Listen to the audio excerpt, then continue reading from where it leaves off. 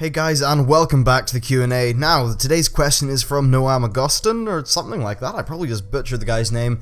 And as always, if you want to see your question on this show, and it's not a specific one like a class question or something like that, so more general game design or thing like that, then do leave it in the comments and I will try to get to it. So, Noam's question was basically tips for starting a new raid team. And this is actually a great thing to cover because, well, I think a lot of raid teams don't do as well as they potentially could because, well, just because of a whole bunch of things, and instead of focusing on the negatives that people are doing wrong, I'm going to focus on what sort of just things people can do right. Now, I've been raiding since Wrath of the Lich King, maybe one or two times in Burning Crusade, but mainly from Wrath onwards, and I think I'm pretty good, and I've got good experience, and I can offer some good advice. I haven't led a raid before, but I think being, in a raid that's was pretty well, is well led, I think I can sort of say some pretty useful things. Now, let's get into it. So first of all, you need to clearly come up with an idea of what the team is, like casual, hardcore, time commitments, what the team's view on like attendances, stuff like that. It's really important that people know what they're getting into. I know, like, for our team, we don't, we pretty much say, like, it's weird. We're casual, but we're pretty good. We progress well. And attendance isn't required or necessary or anything. You just need to, let people know if you're going to be there or not. So I think, yeah, it's really important that people know what they're getting into and everyone's in an environment that they're comfortable with because of that. And, yeah, so there's tip number one. It's a pretty obvious one, but I will get into more specific kind of things. Now, other things you need to know are the numbers of people. That's the thing to worry about, like how many people you actually recruit for the team roster. Now, if you're doing a 10-man team, you may want to have more than 10. It really does depend on, like, the different people in your team. But just remember that there's nothing worse than everyone, like 9 people turning up, and you can't do it because one person's busy in real life. So it's definitely good to at least have a pool of people that you can choose from. Perhaps your guild is larger than your raid team, or you're not the guild's, like, official raid team. Well, in that case, you may be okay because you'll just be able to pick some people up from guild chat. But still, this is something that's worth figuring out for yourself, I suppose. But still, the attendance boss really sucks. Try to avoid it as much as you can. Now, after that, just figure out what kind of content is right for you. This is probably something you already know, but as I said, it's best that people, like, know what they're getting into before they commit to stuff. So if you want more flexibility, I'd say go for flex, but if you really want the challenge and stuff like that, then go for normal and heroic. If you are doing normal and heroic, it's probably good to have at least, I'd say, probably 9 hours, 8 to 9 hours of raiding a week. That'll get you solid progression, and you'll still be able to do farm runs and progression runs on the same night, which is really great. So there's that. Now, another very important thing from a leadership front is that style is very important. You need to be confident, and you need to be very positive. I think, well, not relentlessly positive, because sometimes that just gets annoying, but you still need to have a sort of air of positivity around you. People don't respond as well to negativity as they do to positivity, especially when you think that they are using their own, like, free time to be in this raid. So be positive, and people will generally respond better to you. That just means they'll learn fights better. They'll be sort of more on the ball, I guess, with raiding on the long term anyway. And that's just what's going to lead to an overall more successful team. A lot of stuff does come from the raid leader, and the raid leader needs to be great. Now, as a raid leader, you need to be very, very knowledgeable about every role and every major class cooldown, pretty much. You do need to know a complete crap ton of stuff. It's really important for fights that you know, like, all these different things so that you can coordinate people, come up with strategies that work for your raid. It's all fair and well going on, like, Fat Boss reading their guide. Well, that's fine, but Fat Boss have a different raid comp than you do, so there's still things that you need to be able to puzzle out for yourselves. And now you also need to know every single boss tactic for every role. That means that at the start of a fight you can explain things to your guild, and even if people have watched the videos and stuff like that, it's always good to have a friendly voice talk it over and someone that's knowledgeable that you can bounce any questions off. So that's what I'd say there. Now, another thing is expect wiping. Get this into the whole psyche of the raid. It happens, it's good, and it's a necessary part of progressing. Never bitch and whine after a wipe, especially if you're the raid leader. It just brings down the whole raid for everyone. Just try to be positive, and try to maybe hype people up. If you're close to a kill, mention that, because people get excited for the kill, they'll focus harder in the next attempt, and it'll all lead to good stuff. So yeah, between attempts, say anything that's like constructive, and then just go again. As long as your base strategy is feasible, then you really just want to get as many wipes in as you can. To that end, try to minimize downtime. Downtime really sucks when people end up just kind of getting in meandering conversations in between wipes. It just means that you have less efficient use of your raid time, and at the end of the day, chats are nice, but a lot of people get more fun from getting a kill. Now, onto the topic of random chat and stuff. So, this more or less varies on what kind of group you are. Now, I think the best way to do it is to be on full-on chatty, banter-friendly mode in between attempts when you're killing ads, pretty much any time that's not the boss killing time. And when you are doing the boss though, really do focus on it, because if one person does some dumb shit, it could wipe the entire raid.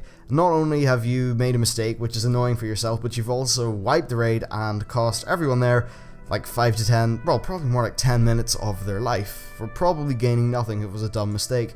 That's why I'd say focus during the boss. It's just the best way to do things.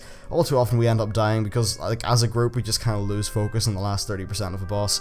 Now, of course, like, that's only really for progression bosses. During farm bosses, as long as everyone has stuff down, still you can chat, you know, a bit of stuff like that. But still, on a progression boss, it's best just for everyone. If people batten down the hatches and focus, I think that's just the best way to do it. Now, another fun thing is loot distribution. Really fun thing. What I'd say is use a solid system, then stick to it 100% of the time. The same rules absolutely must be applied to everyone that's there. Now, we use EPGP, and honestly I think it's a pretty shit system in comparison to something like Loot Council. I think Loot Council is better because it means every upgrade is the best upgrade for the raid as a whole, and in general for something like raiding, I would say that you should go for what's best for the collective, not for specific individuals. I guess EPGP does kind of help in that regard, but I think Loot Council's better because it ensures like better upgrades for everyone. Like the higher, you know, the person who needs something the most will get it. As for EPGP, sometimes it forces people into really shitty decisions.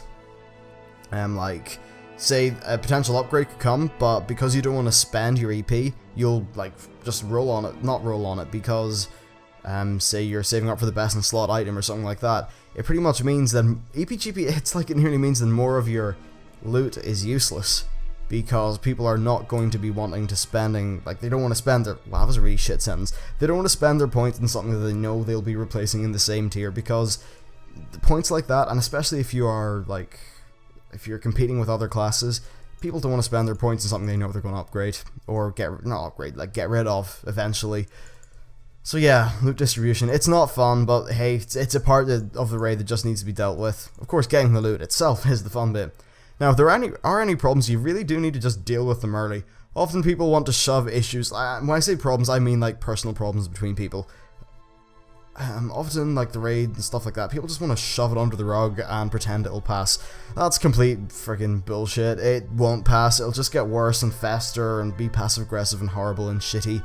We had a problem like this quite a while back. It all did work out fine at the end, but it would have been a lot less troublesome if the officers, etc. didn't, you know, they kind of acted before it was DEFCON 1 and the Russians were about to fire their fucking nukes at us. The problem would have been done quicker, there would have been a little bit less fallout, less awkward situations on Vent. So yeah, solve any issues or problems when they arise in a really, you know, in a discreet manner that's pretty deft. And it should be fine. You know, no yelling, no shouting, that stuff's not productive. But it is important that when things do arise, it's just best to fix them before they get worse. At the end of the day, if something escalates, it's nearly always going to be worse than it could have been if it was just dealt with and killed before it was really a thing. Another thing that's important is polling people. That's not a thing. Polling people on time slots. Now this is really common sense, but of course go with times and days that suit everyone. That's just common sense, but it's probably worth mentioning. And another good thing is to make extensive use of your guild website. Now whether this be for like fostering a social link between people, like theory crafting or strategizing when you can't access WoW, such as when you're at work, things like that are pretty much all good. So yeah, that's the initial list that I've went through, I guess. Other things, it's probably worth just encouraging everyone to be as knowledgeable as they can, and it is a little bit of an issue when you start getting into the area of skill. If you have a situation where, say, 2, 3, 4 of the people are really pulling most of the weight in a raid or something like that, it can be a little bit weird and it can lead to some weird tensions and stuff like that. So it's very important that you sort of lay down the line, set a good expectation. At the end of the day, if you're a raid team that's demanding skill off people, I say demanding, it's a pretty strong word, but expecting, I guess, skill off people, then it's very important people know that before they get into it. Or else things get really awkward. Like, there's nothing worse than being, like, DPS and carrying half the group in terms of damage. That's in another guild, not my current one. That used to be the case for me, which was kind of crap. So yeah, don't let that happen. Yeah, stuff. It's just important that people's expectations are in line. That's one of the biggest things. And then any problems that do come about because of misaligned expectations are dealt with quickly. That's just the best way to make things smooth. And I think overall, just have fun, enjoy it. It's a game. I know a lot of people treat WoW near like I suppose like a job.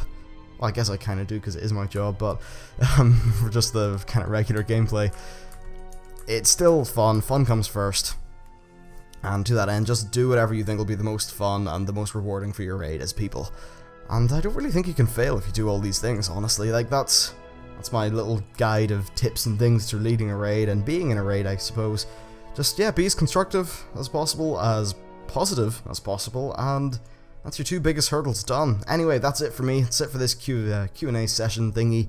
I think this whole format of doing one question an episode is actually really good, because I'd rather do like one question that's 10 to 15 minutes than do 3 that are 5 minutes each, because not only does that blow through really, you know, like potentially really good discussions and stuff, it blows through them, which kind of sucks because no one really gets their question to be like done with like in as much depth, but also means you guys don't get as much content.